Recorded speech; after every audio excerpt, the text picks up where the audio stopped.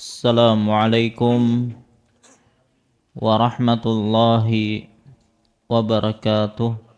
Alhamdulillahi rabbil alamin.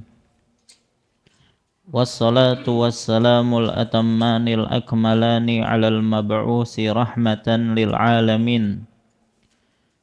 Nabiyina wa rasulina Muhammadin wa ala alihi wa ashabihi wa man tabi'ahum bi ihsanin ila yaumiddin, amma ba'd.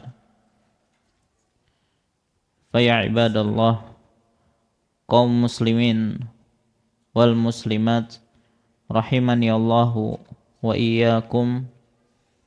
Alhamdulillah, segala puji bagi Allah Subhanahu wa taala, yang mana pada kesempatan malam hari ini kembali kita bisa berkumpul di majelis yang mulia ini dalam rangka menghadiri kajian rutin kita membahas kitab Bulughul Maram karya Al-Imam Ibnu Hajar Al-Asqalani Asy-Syafi'i rahimahullahu ta'ala. Salawat serta salam semoga senantiasa tercurahkan kepada junjungan kita Nabi besar Muhammad sallallahu alaihi wasallam, kepada keluarga beliau, para sahabat beliau, dan orang-orang yang istiqomah di atas jalan beliau ila yaumil qiyamah. Insyaallah pada kesempatan malam hari ini kembali kita akan melanjutkan pelajaran kita, masih membahas tentang al-janaiz atau jenazah, yang mana pada malam hari ini insyaallah kita akan memasuki pembahasan tentang mengusung, memikul atau memanggul jenazah. Karena pada pertemuan yang lalu kita telah membahas atau menyelesaikan pembahasan tentang sifat salat jenazah. Nah, sebelum kita mulai pembahasan kita tentang mengusung jenazah, sedikit kita mengulang pembahasan yang telah lalu. Maka secara ringkas kita sebutkan untuk sifat salat jenazah tentunya dimulai dengan niat, niat untuk salat jenazah. Kemudian bertakbir, mengucapkan Allahu Akbar sambil mengangkat tangan, seperti salat biasa. Allahu Akbar, dan meletakkan tangan kanan di atas tangan kiri. Lalu membaca surah Al-Fatihah. Mulai dari ta'awuz, a'udzubillahi minasyaitonirrajim, kemudian bismillah, bismillahirrahmanirrahim, baru baca Al-Fatihah sampai akhir, tanpa dimulai dengan doa iftitah, dan juga tidak membaca surah setelah Al-Fatihah. Baik, kemudian angkat tangan lagi, ini takbir yang kedua, maka membaca salawat. Yang lebih utama adalah salawat Ibrahimiyah. Baik, kalaupun ada yang membaca Allahumma sholli ala Muhammad, maka juga tidak masalah, yang penting dia bersalawat. Kemudian bertakbir untuk ketiga kalinya, maka berdoa dengan doa-doa yang lebih utama adalah yang datang dalilnya dari Nabi sallallahu alaihi wasallam. Dan telah kita baca doa tersebut, dan ada juga disebutkan oleh Al-Imam Ibnu Hajar dalam Bulughul Maram. Baik, kemudian bertakbir yang keempat, maka para ulama berbeda pendapat apakah setelah takbir keempat ada doa lagi ataukah tidak. Nah, sebagian mengatakan berdoa, dianjurkan berdoa, sebagian mengatakan tidak perlu lagi berdoa. Dan perkaranya lapang insyaallah, yang mau berdoa silahkan, yang tidak juga tidak masalah. Kemudian, setelah takbir keempat ini baru salam. Kemudian apakah salamnya sekali ataukah dua kali? Maka juga terjadi perbedaan pendapat di kalangan para ulama, ada yang mengatakan sekali, ada yang mengatakan 2 kali. Dan ini juga perkaranya lapang, insya Allah tidak masalah. Cuman ya, apabila imam itu salamnya 2 kali, maka makmum juga 2 kali. Apabila imam salamnya sekali, maka makmum juga salamnya cukup sekali. Baik, nah inilah secara ringkas terkait tentang sifat salat jenazah. Kemudian kita juga telah membahas tentang hukum masbuk dalam salat jenazah. Apabila misalnya seseorang datang terlambat dan mendapati imam sudah takbir yang ketiga, maka dalam hal ini wallahu alam kita masuk, kita bertakbir ya.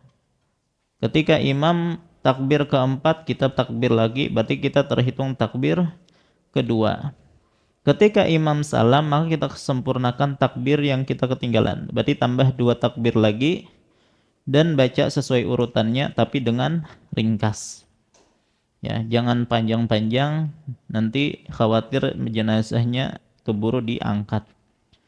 Intinya ya, untuk mereka yang masbuk, sama ketika dia masbuk ketika sholat, cukup tambah takbir yang ketinggalan dengan ringkas, kemudian salam. Baik, ini secara ringkas pembahasan kita yang telah lalu. Maka kita akan memasuki pembahasan mengusung dan mengantar jenazah. Apa hukum mengusung dan mengantar jenazah? Hukumnya apa? Fardu kifayah, itu ya. Kan biasanya yang dibahas itu adalah memandikan, mengkafani, mensolatkan, dan menguburkan. Tidak ada pembahasan mengusung atau mengantarkan jenazah. Maksudnya secara hukumnya jarang disebutkan. Maka hukum mengusung dan mengantar jenazah ini juga sama, hukumnya fardu kifayah. Karena tidak mungkin kita bisa menguburkan jenazah kecuali kita mengusungnya dan mengantarnya. Maka ada kaidah yang menyatakan wasilah yang wajib hukumnya juga wajib. Sebagaimana wasilah yang haram hukumnya juga haram. Baik. Maka hukum mengusung dan mengantarkan jenazah adalah fardu kifayah. Apalagi Nabi SAW bersabda, umirna bi'itba'il janais. Kita semua diperintahkan untuk mengantarkan jenazah. Hadis riwayat Al-Bukhari. Dan mengantarkan jenazah, mengiringi jenazah sampai ke kuburannya, itu termasuk hak muslim atas muslim lainnya. Ya. Sebagaimana sabda Nabi SAW, haqqul muslimi 'alal muslimi. Wa fi riwayah yajibu lil muslimi 'ala akhi khamsun. Hak seorang muslim atas muslim lainnya, dalam riwayat yang lain diwajibkan bagi seorang muslim atas saudaranya 5 perkara. Raddus salami, menjawab salam, wa iyadatul maridi, menjenguk ketika sakit, wa itba'ul janais, mengiringi jenazah, wa ijabatud da'wah, memenuhi undangan, wa tashmitul atis, dan mendoakan ketika dia bersin. Dalam riwayat yang lain ada tambahan, kalau dia minta nasihat maka berilah dia nasihat. Intinya ya, mengantarkan jenazah itu termasuk hak muslim atas muslim yang lainnya yang wajib kita penuhi.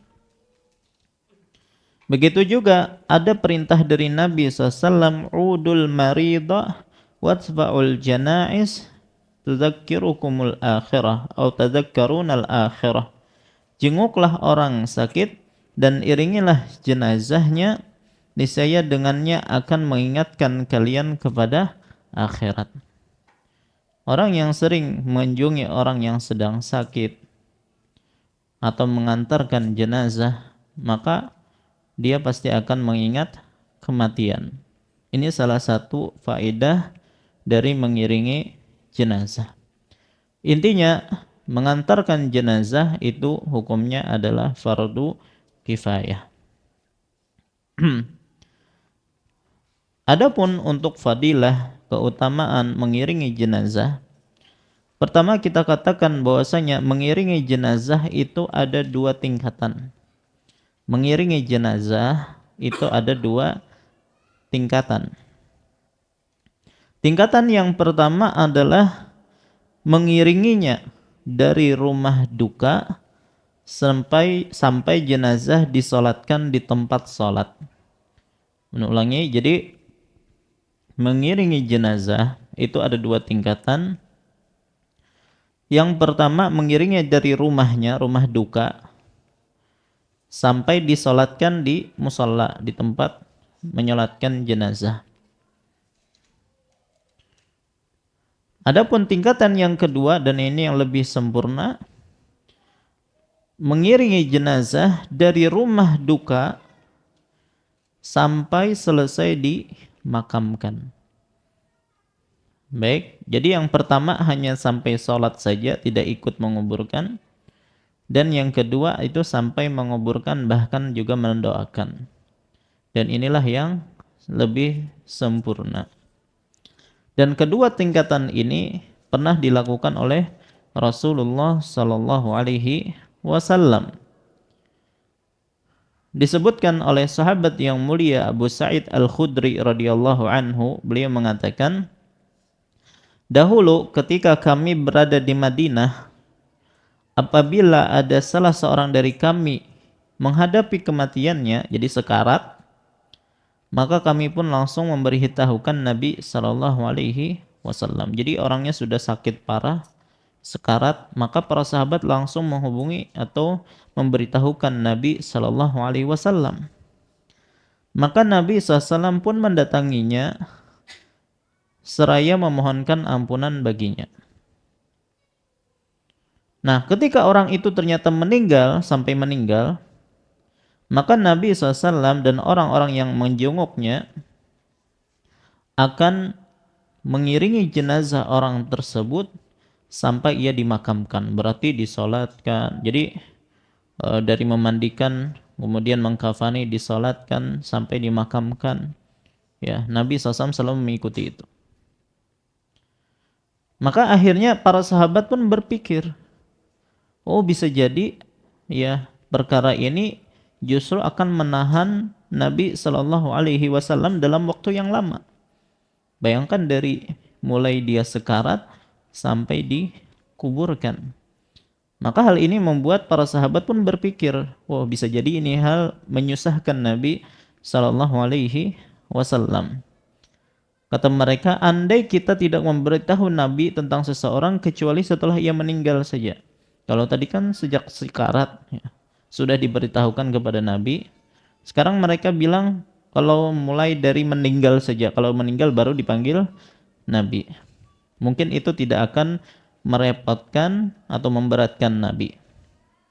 Akhirnya itulah yang dilakukan oleh sahabat. Jadi ketika ada orang sekarat tidak diberitahukan Nabi, ya, tapi kalau sudah meninggal baru Nabi diberi tahu. Sehingga ketika dia meninggal, beliau diberitahu, maka Nabi pun datang. Ya, maka beliau pun langsung mensalatkannya. Setelah itu beliau segera pulang atau sengaja bertahan dari rumah duka sampai jenazahnya dimakamkan. Maka di sini disebutkan ada sampai salat saja Nabi pulang atau sampai beliau sampai jenazah ini dimakamkan. Baik.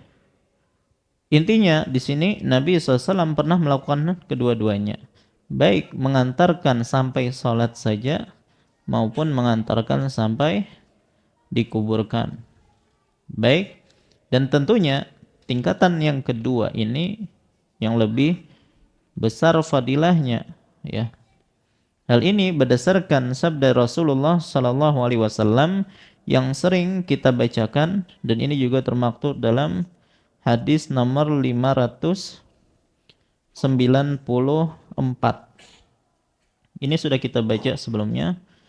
Wa anhu, maksudnya dari Abu Hurairah, beliau berkata, qala Rasulullah sallallahu alaihi wasallam, Rasulullah SAW bersabda, man syahidal janazah hatta yusalla alaiha falahu qirat. Barang siapa yang menghadiri jenazah hingga selesai disalatkan, maka dia akan mendapatkan 1 qirat.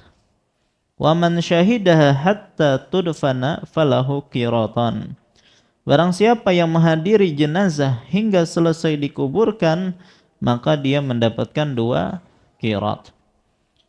Wa qila wa mal qiratan. Kemudian beliau ditanya, berapakah 2 qirat itu?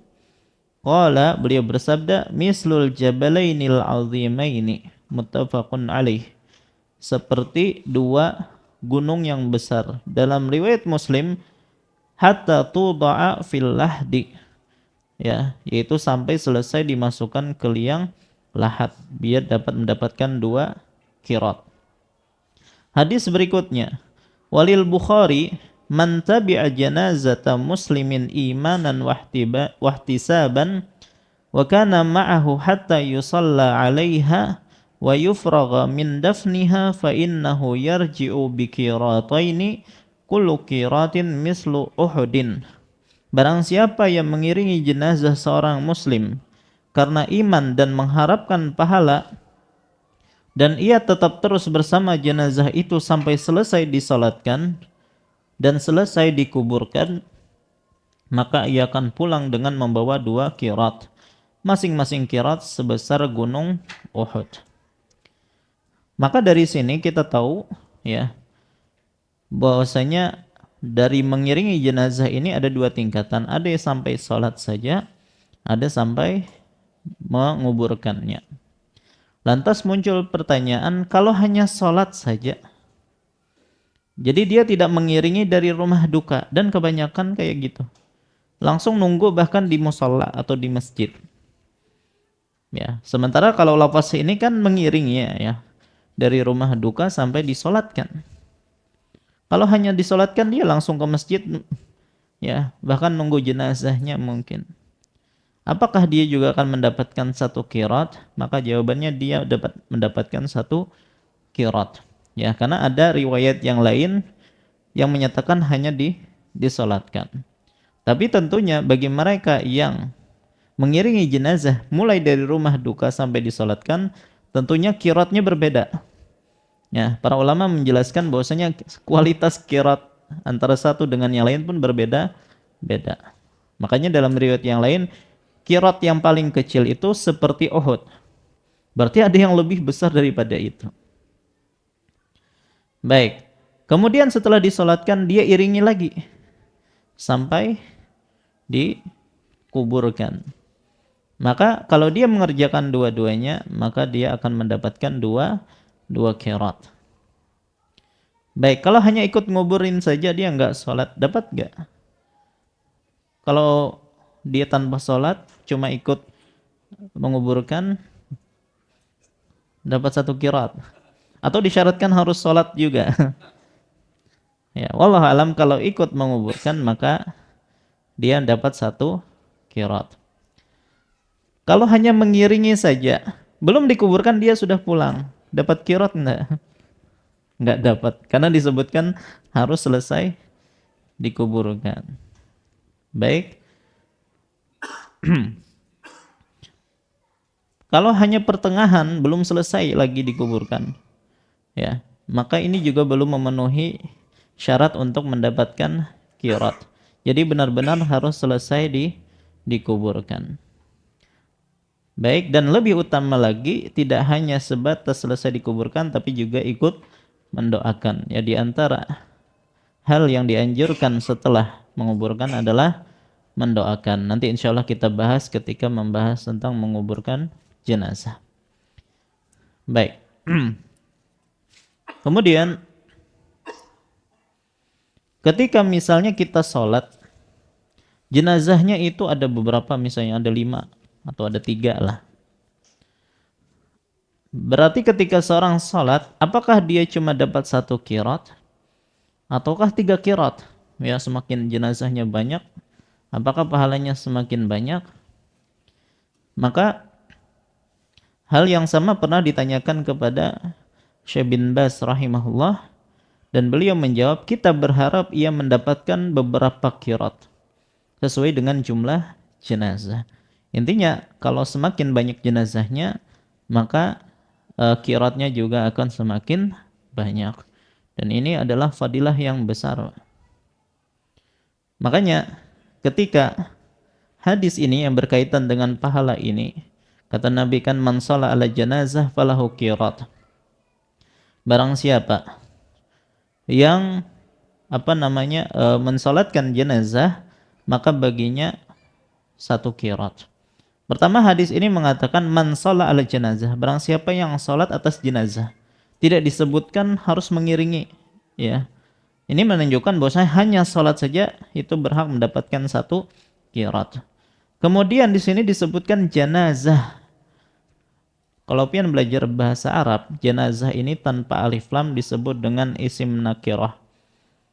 Ya, isim nakirah yang mana uslubnya atau redaksinya adalah redaksi syarat, maka menunjukkan keumuman. Baik, maka jenazah di sini baik jenazah orang dewasa atau jenazah anak-anak, kita juga mendapatkan satu qirat kalau mensolatkannya. Wa man tabi'aha hatta tudfan falahu qiratan. Baik, kemudian barang siapa mengiringinya hingga dikuburkan, maka ia mendapatkan pahala 2 qirat. Maka berkaitan tentang masalah ini, ya, sampai hadis ini kepada Ibnu Umar radhiyallahu anhuma. Jadi barang siapa yang salat jenazah maka baginya satu qirat, dan barang siapa yang mengiringinya sampai selesai penguburannya maka baginya 2 qirat. Maka ketika hadis ini sampai kepada Ibnu Umar, maka dia kaget, ya, betapa besarnya pahala ini kan. Karena selama ini, ya, ketika dia ikut mensalatkan jenazah, sudah, dia tidak ikut mengiringinya, tidak ikut sampai menguburkannya. Hanya sebatas mensalatkan dia pergi. Baru dia mendapatkan hadis bahwasanya barang siapa yang mengiringnya sampai ke kuburannya, sampai dimakamkan, akan mendapatkan 2 qirat. Maka Ibnu Umar ingin lagi memastikan kebenaran hadis ini, ya, dia mendengarnya dari Abu Hurairah. Ya, tapi ingin memastikan lagi, coba tanya Aisyah. Benar enggak apa yang dikatakan oleh Abu Hurairah? Maka dikirimlah seorang menuju Aisyah, dan Aisyah mengatakan shadaqa Abu Hurairah. Benar apa yang dikatakan oleh Abu Hurairah. Maka waktu itu Ibnu Umar lagi memegang semacam kerikil di bola-baliknya di tangannya. Ketika mendengar bahwasanya hadis itu benar, maka langsung dia campakkan itu batu-batu tadi. Dia mengatakan, ya, laqad faratna fi qararit kasirah. Sungguh kita telah menyia-nyiakan banyak qirat. Nah, itu seharusnya sikap seorang muslim ketika merasa ketinggalan fadilah-fadilah yang besar. Ya, wah, berarti selama ini kita menyia-nyiakan banyak qirat yang terluputkan dari kita. Itu Ibnu Umar. Kalau kita gimana, Pak? Ya. Sebelum qobliyah subuh. Pian tahu kan fadilahnya? Gimana hadisnya? Apalah? Raq'atul fajri khairun minad dunya wa ma fiha. 2 rakaat sebelum subuh itu lebih baik daripada dunia dan seisinya. Pernah pian ketinggalan 2 rakaat ini? Sering rancang, bukan pernah lagi ya. Baik, yang pernah itu tuh, apakah merasa ada sesuatu yang sayang ya? Ada merasa sesuatu yang rugi gitu kalau dia ketinggalan, atau biasa saja? Nah, terkadang mungkin sikapnya biasa saja, biasa, bahkan karena saking biasanya ketinggalan sudah berlalu begitu saja. Coba Ibnu Umar radhiyallahu anhuma ketika tahu pahala mengantarkan jenazah sampai ke kuburannya, bahwasanya dia akan mendapatkan 2 qirat, maka dia sangat merasa kerugiannya dalam hal ini. Maka hendaknya sikap yang seperti ini kita jaga, ya. Artinya merasa rugi kalau kita ketinggalan suatu amalan yang itu pahalanya besar. Baik. Apa faidah dari mengiringi jenazah? Apa faidah dari mengiringi jenazah? Pertama tentunya mendapatkan pahala yang besar. Mendapatkan pahala yang besar. Kemudian yang kedua, menunaikan hak mayit. Bukankah kita katakan tadi, ya mengiringi jenazah salah satu hak muslim atas muslim lainnya. Maka kita memenuhi hak mayit dalam hal ini. Baik, dan hak mayit diantaranya juga mendoakannya, mensolatkannya, itu semuanya hak mayit, termasuk mengiringinya. Kemudian juga, ini juga menunaikan hak keluarga mayit. Ya, dengan hadirnya kita ikut membantu mereka, itu menunaikan, menghibur hati mereka yang sedang tertimpa musibah.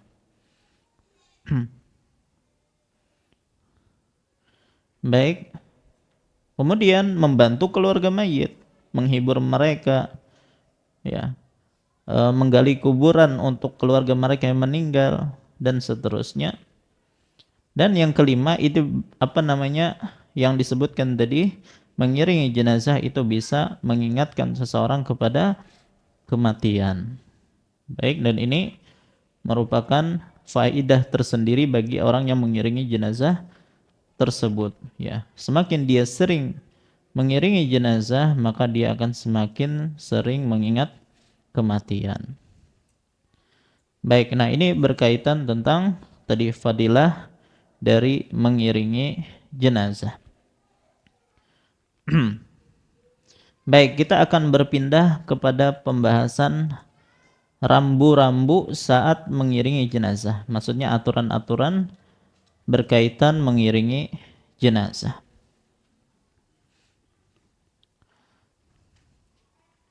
Baik, apa hukum wanita ikut serta mengiringi jenazah? Apa hukum wanita ikut serta mengiringi jenazah? Dalam hal ini terdapat perbedaan pendapat di kalangan para ulama tentang hukum wanita ikut mengiringi jenazah. Pendapat yang pertama mengatakan makruh. Makruh bagi wanita ikut mengiringi jenazah.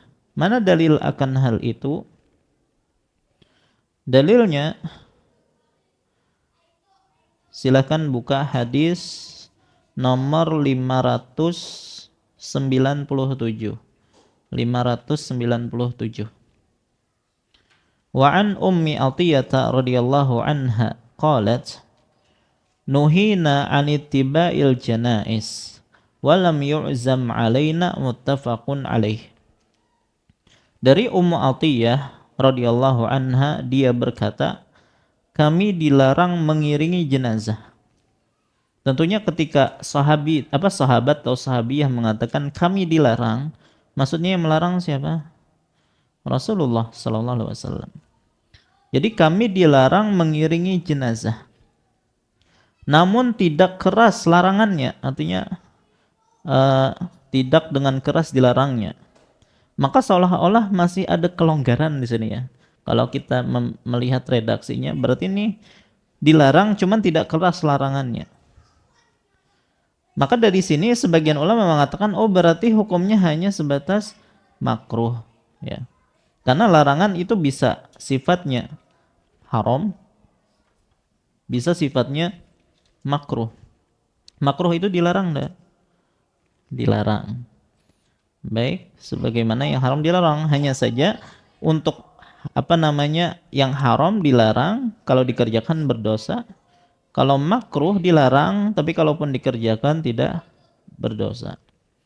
Maka pernyataan Ummu Atiyah walam yu'zam alaina, ya, cuman tidak dengan keras dilarangnya, menunjukkan bahwasanya kata mereka hukumnya hanya sebatas makruh, tidak sampai haram. Ini pendapat yang pertama. Pendapat yang kedua, hukumnya haram. Baik. Dalilnya sama, yaitu tadi hadis Ummi Atiyah radhiyallahu anha. Ya, karena ada larangan dan hukum asal dari larangan adalah haram. Adapun pernyataan walam yu'zam alaina, namun tidak dengan keras dilarangnya, itu adalah pemahaman dari siapa? Dari Ummu Atiyah sendiri. Ya. Jadi mungkin ini kesimpulan dari beliau, ya, padahal hukumnya adalah haram. Apalagi didukung dengan dalil-dalil yang lain atau alasan-alasan yang lain, yaitu keluarnya para perempuan itu dapat menyebabkan fitnah. Ya. Keluarnya perempuan itu bisa mendatangkan fitnah, kepanikan, kegelisahan, apalagi kan perempuan seperti itu. Dan kesedihan karena yang mereka saksikan.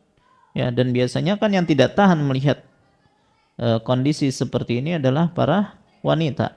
Apalagi ketika misalnya jenazah tersebut dikuburkan. Ya, ketika tanah sudah ditimbun di atas mayit, maka itu bisa menyebabkan wanita itu histeris melihat ayahnya kah, ibunya kah diperlakukan seperti itu. Jadi ini alasan. Kemudian alasan yang lain, karena bisa terjadi ikhtilat, tercampurnya antara laki-laki dan perempuan. Apalagi misalnya jalan menuju kuburannya itu sempit kah misalnya, atau lokasi kuburannya itu sempit yang menyebabkan akhirnya terjadilah ikhtilat, berdesak-desakan dengan kaum lelaki. Dan ini tentunya tidak pantas atau tidak boleh terjadi. Dan ini merupakan kemungkaran yang besar. Baik, maka dari sini ya hukumnya haram. Apalagi ya di zaman salaf dahulu tidak pernah para wanita itu ikut mengiringi jenazah.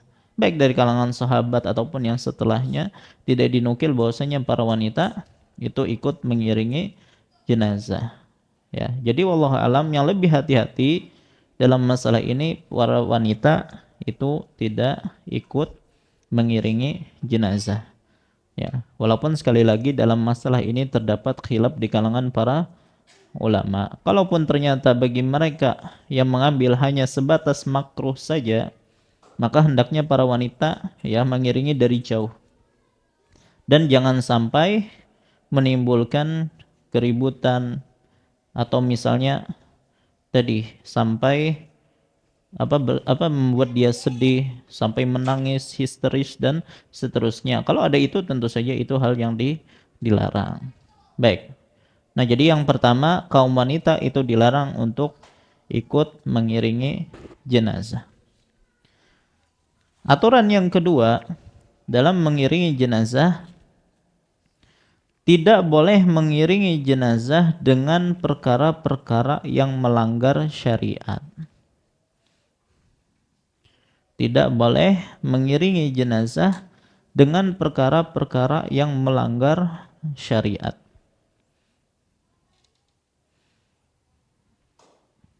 Apa di antara hal yang dilarang ketika mengiringi jenazah? Berteriak.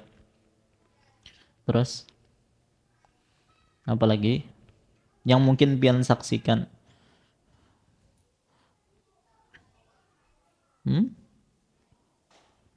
Baik.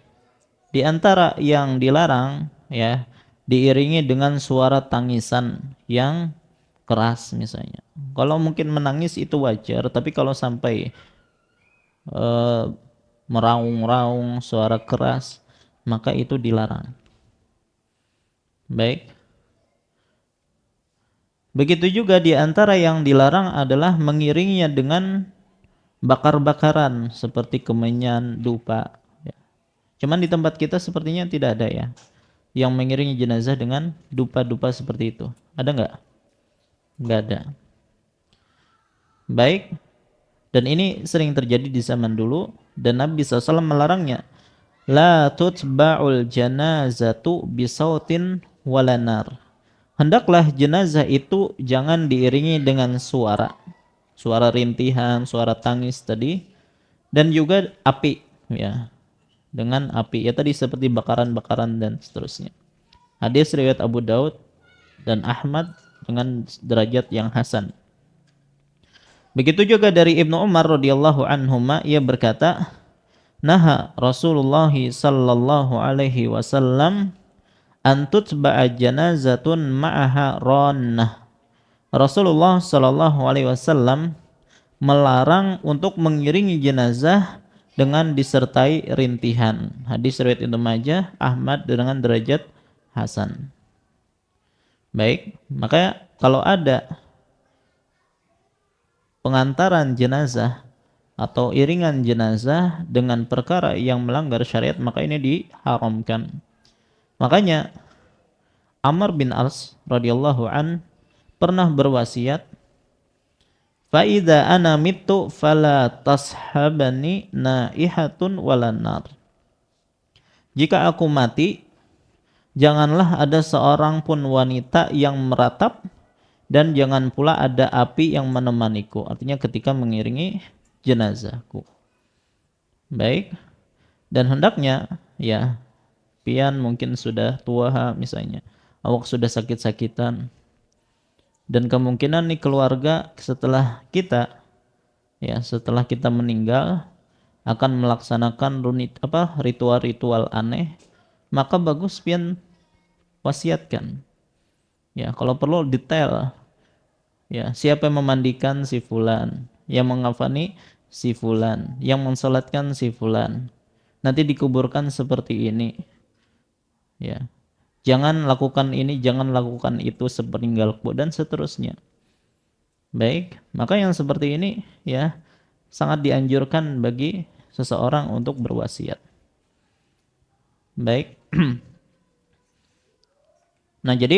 Nah inilah yang kedua, tidak boleh mengiringi jenazah dengan perkara-perkara yang melanggar syariat. Yang ketiga,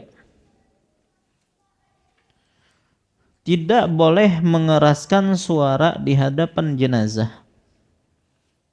Tidak boleh mengeraskan suara di hadapan jenazah. Baik. Di antara bentuk mengeraskan suara itu adalah dengan bacaan-bacaan aneh ketika mengiringi jenazah. Dengan zikir-zikir tertentu, ya. Sebagian kan membaca la ilaha illallah ya diiringi jenazah itu. Ya, walaupun mungkin di tempat kita jarang ya. Baik, kalaupun ada itu ikut-ikutan saja, Pak. Ini sama sekali tidak ada syariatnya, ya. Atau di film-film kan gitu biasanya kan, ada bacaan aneh ya ketika, atau ada bacaan-bacaan tertentu ketika mengiringi jenazah, dan itu semuanya tidak ada anjurannya. Makanya sahabat yang mulia Qais bin Ubadah radhiyallahu an pernah berkata, kana ashabun nabi sallallahu alaihi wasallam yakrahuna raf'as sauti indal janazah atau indal janaiz. Para sahabat Nabi SAW tidak menyukai mengangkat suara di dekat jenazah. Jadi ketika mengantarkan jenazah itu tenang, ya, tidak usah berisik, tidak usah baca apa-apa. Kita cuma mengingat kematian dalam masalah ini, merenungkan, ya, bahwasanya kita juga akan sama nasibnya dengan jenazah yang sekarang dipikul. Makanya Al-Imam An-Nawawi rahimahullah di dalam kitab Al-Azkar pernah berkata, perlu diketahui juga bahwa yang benar dan menjadi pilihan adalah apa yang biasa dilakukan oleh kaum salaf radhiyallahu anhum, yaitu diam saat berjalan mengantar jenazah. Jadi diam, tidak membaca apa-apa. Ya. Maksudnya tidak mengangkat suara, ya. Baik untuk bacaan, zikir, dan yang lainnya. Maka dalam hal ini, ya, sekali lagi, rambu-rambu yang ketiga berkaitan tentang mengiringi jenazah, tidak boleh mengeraskan suara di hadapan jenazah. Baik itu dengan zikir-zikir atau bicara biasa. Ya, jadi kalau bisa mengangkat ketika mengiringi jenazah itu nggak usah ngobrol, apalagi dengan suara yang nyaring. Baik, maka ini tidak dilakukan bahkan oleh kaum salaf. Ya, jadi renungkan ketika kita berjalan mengantar jenazah, ya, jadikan pelajaran dan seterusnya. Baik. Ini yang ketiga. Yang keempat, rambu-rambu ketika mengiringi jenazah. Boleh berjalan di setiap sisi jenazah. Nah, jadi sekarang kita nih ngantar jenazah. Baik. Biasanya berapa orang, Pak, yang ngangkat jenazah itu?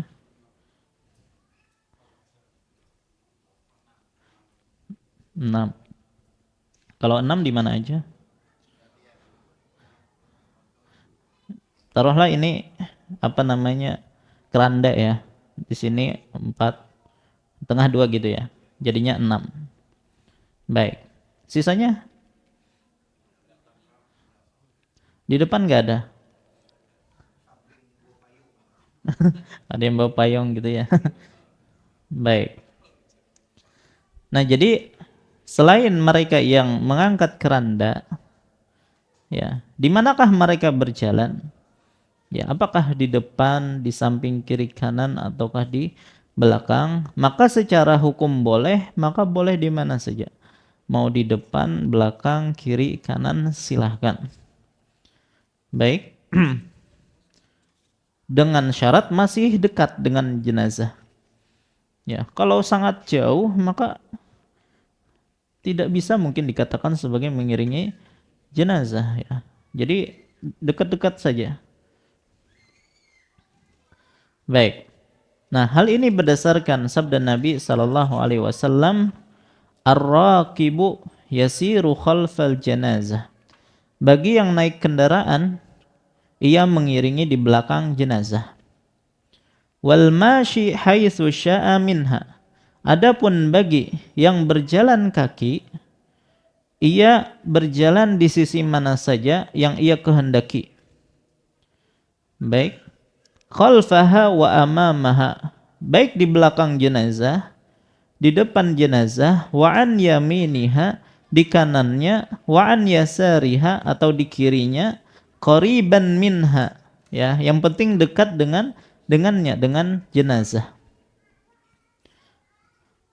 Wal yadful yusalli alaihi, ya, wa yad'u liwalidayhi bil maghfirah war rahmah. Jenazah anak kecil juga disolatkan, ya, dan bagi kedua orang tuanya didoakan serta dimohonkan ampunan dan rahmat. Sudah kita bahas kalau jenazahnya adalah anak kecil, maka kita tidak mendoakan ampunan bagi anak tersebut, tapi bisa memintakan ampunan untuk orang tuanya dan seterusnya.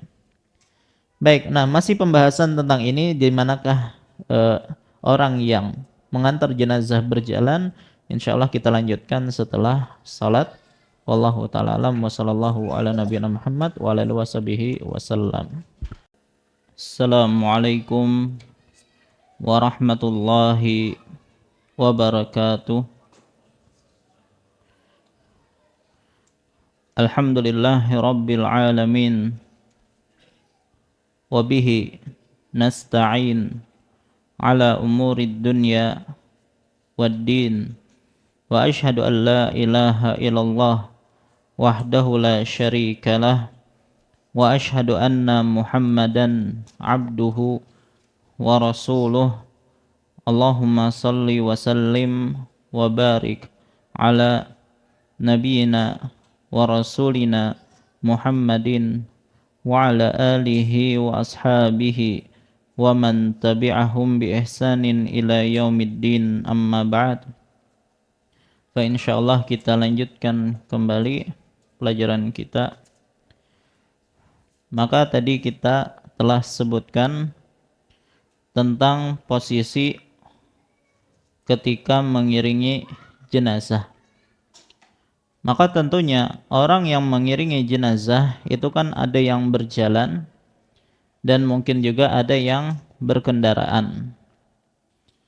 Adapun orang yang berjalan, di mana posisi mereka, maka kita katakan boleh di depan, di belakang, sisi kanan ataupun sisi kiri jenazah. Ya, selama masih dekat posisinya. Cuman para ulama berbeda pendapat, ya. Jadi boleh di mana saja antara empat posisi ini, cuman mana yang lebih afdol? Ya, lebih afdol itu di mana? Maka ada perbedaan pendapat di kalangan para ulama. Pendapat yang pertama menyatakan yang paling afdol itu di belakang. Dan ini pendapat Ali bin Abi Thalib dan sahabat yang lain. Beliau mengatakan al-masyu khalfaha afdalu minal masyi amamaha ka fadli salatir rajuli fi jama'atin ala salatil faddi. Berjalan di belakang jenazah lebih utama daripada berjalan di depannya, seperti keutamaan salat laki-laki dengan berjamaah daripada salat sendirian. Ya. Ini pendapat pertama. Begitu juga kenapa mereka mengatakan lebih utama di belakang? Ya, karena yang namanya mengiringi itu kan dari belakang. Ya, kalau dari kalau dari depan diiringi berarti ya, bukan mengiringi. Ini alasan mereka. Pendapat yang kedua sebaliknya, yang lebih utama itu di depan. Dan ini yang dilakukan oleh Abu Bakar dan Umar. Silahkan buka hadis 596. Wa an Salim an abihi radhiyallahu anhuma annahu ra'an nabiyya sallallahu alaihi wasallam wa Abu Bakrin wa Umar yamshuna amamal janazah. Dari Salim dari bapaknya bahwasanya dia pernah melihat Nabi, ya bahkan melihat Nabi sendiri, Abu Bakar dan Umar mereka berjalan di depan jenazah. Hadis riwayat 5 orang imam dan disahihkan oleh Ibnu Hibban, namun An-Nasai dan ulama lainnya menganggap hadis ini mursal. Baik, maka dalam hadis ini justru disebutkan Nabi berjalan di depan jenazah, bukan di belakang. Ya, bahkan disebutkan Abu Bakar dan juga Umar. Maka kata mereka yang lebih afdal itu di depan. Adapun pendapat yang ketiga menyatakan dimanapun yang lebih mudah bagi yang mengantarkan jenazah. Kalau lebih mudah hanya bagi dia di belakang, maka silahkan. Di depan silahkan, di kanan silahkan, di kiri silahkan. Baik, karena bisa jadi setiap orang yang mengiring jenazah ini kan berbeda-beda. Ada yang mungkin jalannya agak lambat, ada yang cepat. Baik, jadi wallahu alam ya, dikembalikan kepada yang mana yang mudah bagi dia, dan wallahu alam ulun lebih condong pada pendapat ini ya, karena riwayat sendiri kan disebutkan boleh mau depan, belakang, kiri ataupun kanan. Baik. Adapun Rasulullah di depan, maka pada waktu itu Rasulullah di depan, menunjukkan boleh di depan karena lebih lapangnya waktu itu di depan. Namun tidak menutup kemungkinan ya boleh juga di belakang. Dan hal ini juga memberikan kelonggaran bagi mereka yang ingin mengiringi jenazah. Baik. Dan itu justru akan menyegerakan pengurusan jenazah karena mereka berjalan sesuai dengan kemudahan mereka. Kalau harus depan semua misalnya, sementara ada yang lambat, maka justru membuat lambat jalan. Ya, maka wallahu alam pendapat ini yang lebih kuat ya, di mana saja yang lebih nyaman atau lebih gampang bagi dia, yang mudah bagi dia. Ini berkaitan bagi mereka yang berjalan. Adapun bagi mereka yang berkendaraan, maka yang lebih utama di belakang ya. Wallahu a'lam. Nah, ini berkaitan tentang masalah di mana posisi orang yang mengiringi jenazah itu berjalan. Kemudian yang kelima, berjalan kaki itu lebih utama dibanding menaiki kendaraan. Berjalan kaki itu lebih utama daripada naik kendaraan. Bagi yang mengiringi ini ya. Jadi kalau jenazahnya diusung dengan berjalan kaki, maka pengiringnya juga berjalan kaki. Apalagi kalau jaraknya dekat saja. Ya.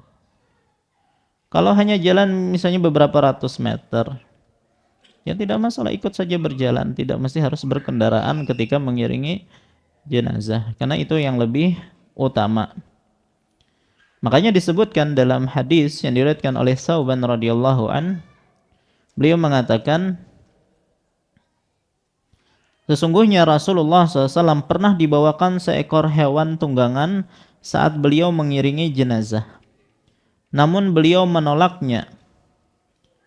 Sekembalinya beliau dibawakan lagi seekor hewan tunggangan lalu beliau menaikinya. Jadi ketika mengiringi jenazah, beliau ditawari tunggangan, beliau tidak mau. Tapi kalau pulang ditawari tunggangan, beliau menaikinya. Maka hal itu pun ditanyakan kepada beliau, maka beliau bersabda, "Innal malaikata kanat tamshi falam akun li arkaba wa hum yamshun. Falamma dhahabu rakibtu." Sesungguhnya para malaikat berjalan kaki sehingga aku tidak ingin menaiki kendaraan sedangkan mereka berjalan kaki. Ini menunjukkan malaikat juga ikut mengantarkan jenazah.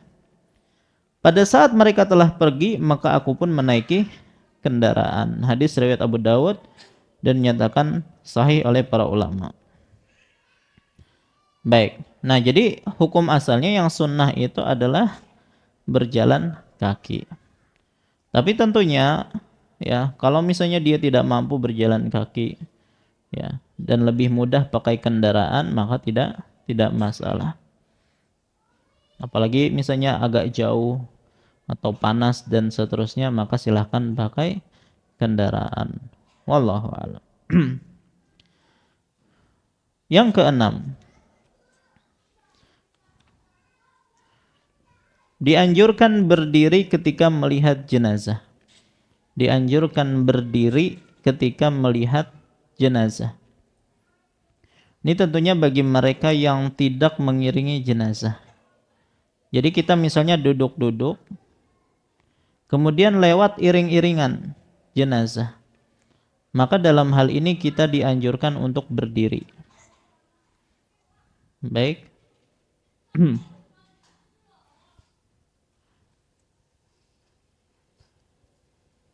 Kemudian di antara dalil akan hal tersebut, sabda Nabi SAW, apabila kalian melihat jenazah, maka berdirilah.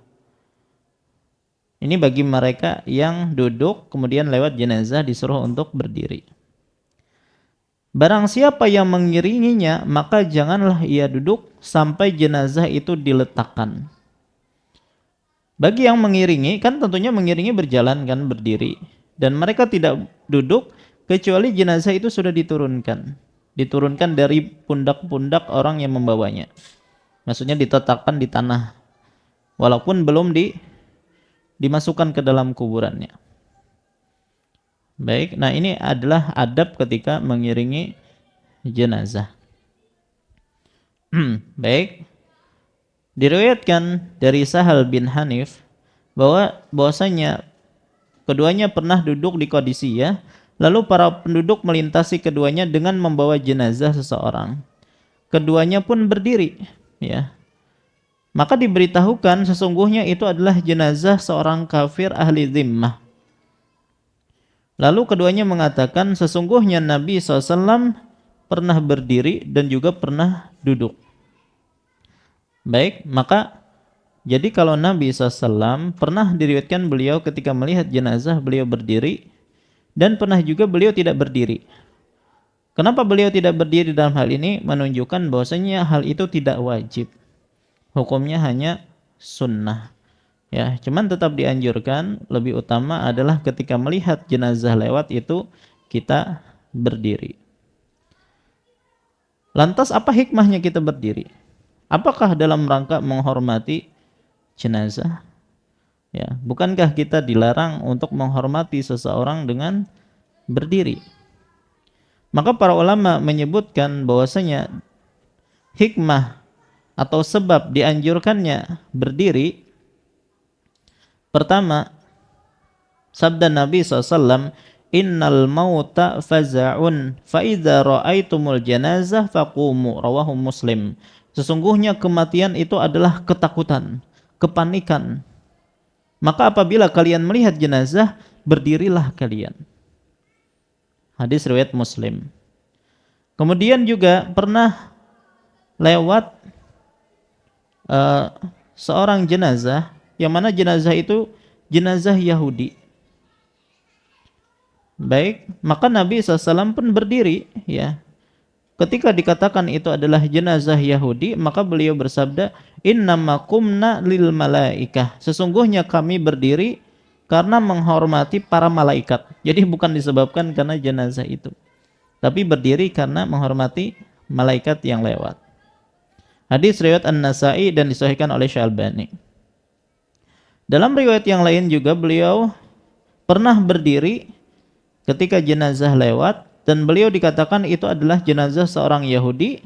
Maka beliau bersabda, alaisat nafsan, bukankah itu juga jiwa yang asalnya hidup kemudian meninggal dunia.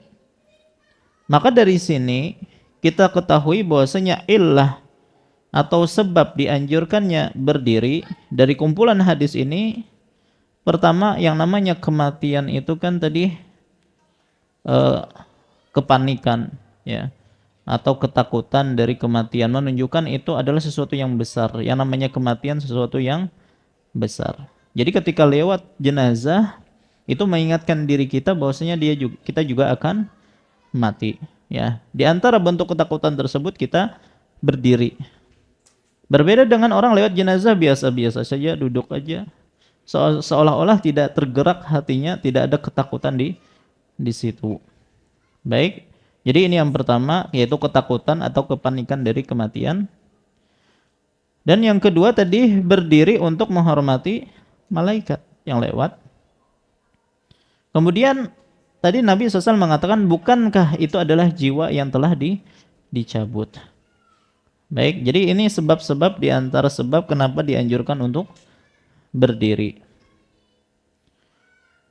Nah, kalau jenazahnya orang kafir masih ada alasan yang lain, ya, supaya jenazah itu tidak berada di atas kepala kita. Maksudnya lebih tinggi daripada kepala kita. Karena kan ketika jenazah dipikul tadi, maka dia lebih tinggi. Maka supaya kita lebih tinggi daripada dia, maka kita berdiri. Ada yang mengatakan demikian. Ya, terlepas apapun hikmah dari perintah untuk berdiri, kita tetap dianjurkan untuk berdiri. Cuman berdiri di sini hukumnya tidak wajib, tapi hukumnya adalah sunnah. Karena Nabi SAW juga pernah tidak berdiri. Wallahu alam. Nah, ini adalah rambu-rambu ketika mengiringi jenazah. Sekarang, ya, sebagai penutup kajian kita akan sebutkan rambu-rambu saat mengusung jenazah. Saat mengusung jenazah. Kalau tadi mengiringi, sekarang mengusung jenazah. Yang pertama adalah cepat dalam mengusung jenazah. Ya, cepat dalam mengusung jenazah. Artinya jalan cepat. Hal ini berdasarkan hadis, silahkan baca hadis 593. Wa an Abi Hurairah radhiyallahu anhu anin Nabi sallallahu alaihi wasallam qala asri'u bil janazah. Dari Abu Hurairah bahwasanya Nabi SAW bersabda, segerakanlah jenazah untuk dibawa. Fa in taku salihatan fa khairun tuqaddimunaha ilaihi. Jika jenazah itu saleh, maka kebaikanlah yang kalian bawa kepadanya. Wa in taku siwa dzalik wa syarrun tad'unahu an riqabikum. Namun apabila tidak demikian, maka keburukanlah yang kalian letakkan dari leher-leher kalian. Muttafaqun alaih. Maka di sini, ya, ketika kita mengusung jenazah hendaknya cepat. Ya. Tapi jangan lari juga, ya. Jalan cuman agak cepat gitu. Pian kalau lihat di Madinah, ya, setelah orang sholat jenazah itu, pian pergi aja ke depan, ya, bagaimana orang mengusung jenazah itu cepat. Ya, saking cepatnya jalan, kita tuh baik kalau jalan aja biasa ketinggalan. Ya, kita tuh ingin ikut lari karena orang cepat jalannya, padahal mereka nggak lari. Jalannya tuh sangat cepat. Kalau kita jalan aja nggak kekejar. Artinya saking cepatnya mereka membawanya. Ya padahal jaraknya dekat ke Baqi kan, dari Masjid Nabawi ke Baqi cuma nyebrang dikit. Baik. Nah, jadi dianjurkan dipercepat. Apa hikmahnya? Nah, maka disebutkan dalam hadis ini, kalau dia adalah orang yang baik, maka maslahatnya itu akan kembali kepada mayit. Maka kalian akan mempercepat kebaikan yang akan dia dapatkan di alam kuburnya. Kalau dia adalah keburukan, orang yang apa namanya, eh, orang yang buruk, yang jelek, maka ini maslahatnya untuk kita. Kita cepat-cepat apa namanya, berlepas dari keburukan dia. Baik, nah ini adalah anjuran untuk cepat dalam mengusung jenazah. Dalam riwayat yang lain, Nabi SAW bersabda, jika jenazah telah diletakkan di keranda dan telah diusung di atas pundak-pundak mereka, maka jika jenazah itu orang soleh, maka ia berkata, qaddimuni qaddimuni, segeralah kalian bawa aku, segeralah kalian bawa aku.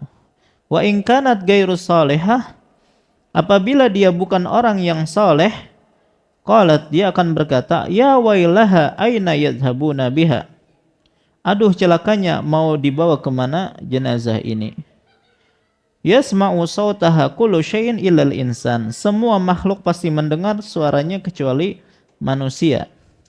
Walau sami'ahu lasa'iqa, kalau seandainya manusia dapat mendengarnya, maka pasti dia akan pingsan. Baik, hadis riwayat Al-Bukhari. Baik, ini yang pertama, cepat dalam mengusung jenazah. Yang kedua, disunahkan memanggul jenazah di atas pundak. Ya, dianjurkan memanggul jenazah di atas pundak dan hindari memakai mobil jenazah. Jadi yang lebih utama memang dipanggul. Dan kalau bisa jangan pakai mobil. Syekh Muhammad bin Shalih Al-Utsaimin rahimahullah berkata, yang paling utama adalah membawa jenazah di pundak-pundak manusia. Karena hal itu merupakan tindakan langsung dalam membawa jenazah. Ini kan langsung. Ya. Artinya fadilah-fadilah berkaitan memanggul jenazah lah pasti akan dia dapatkan. Selain itu, jika iringan jenazah ya melalui orang yang ada di pasar, ini kan lagi diangkut nih, lewat di depan orang-orang yang ada di pasar, maka mereka akan tahu itu adalah jenazah dan mereka bisa mendoakannya. Ya, atau membuat mereka ingat dengan kematian. Kecuali kalau tempatnya sangat jauh misalnya kan, atau lagi hujan, atau sangat panas, atau sangat dingin, ya maka tidak mengapa memakai mobil tadi. Baik, jadi kalau ada hajat keperluan tidak apa-apa pakai mobil. Tapi kalau dekat-dekat saja tidak ada masalah, maka lebih utama diangkat di pundak. Baik. Yang ketiga, di antara aturan memanggul jenazah, tarbi', ya, ketika mengusung jenazah. Apa nih maksud dengan tarbi'? Tarbi' itu dari kata 4. Maksudnya memanggulnya itu 4 orang. Minimal 4 orang. Jadi setiap sisi 1 orang. Tidak mengapa kalaupun lebih. Ya, tapi yang jelas minimal 4 orang yang memanggul, itu maksudnya. Jadi setiap pojok 1 orang. Baik. Kemudian yang keempat, disunahkan berwudu sesudah mengusung jenazah.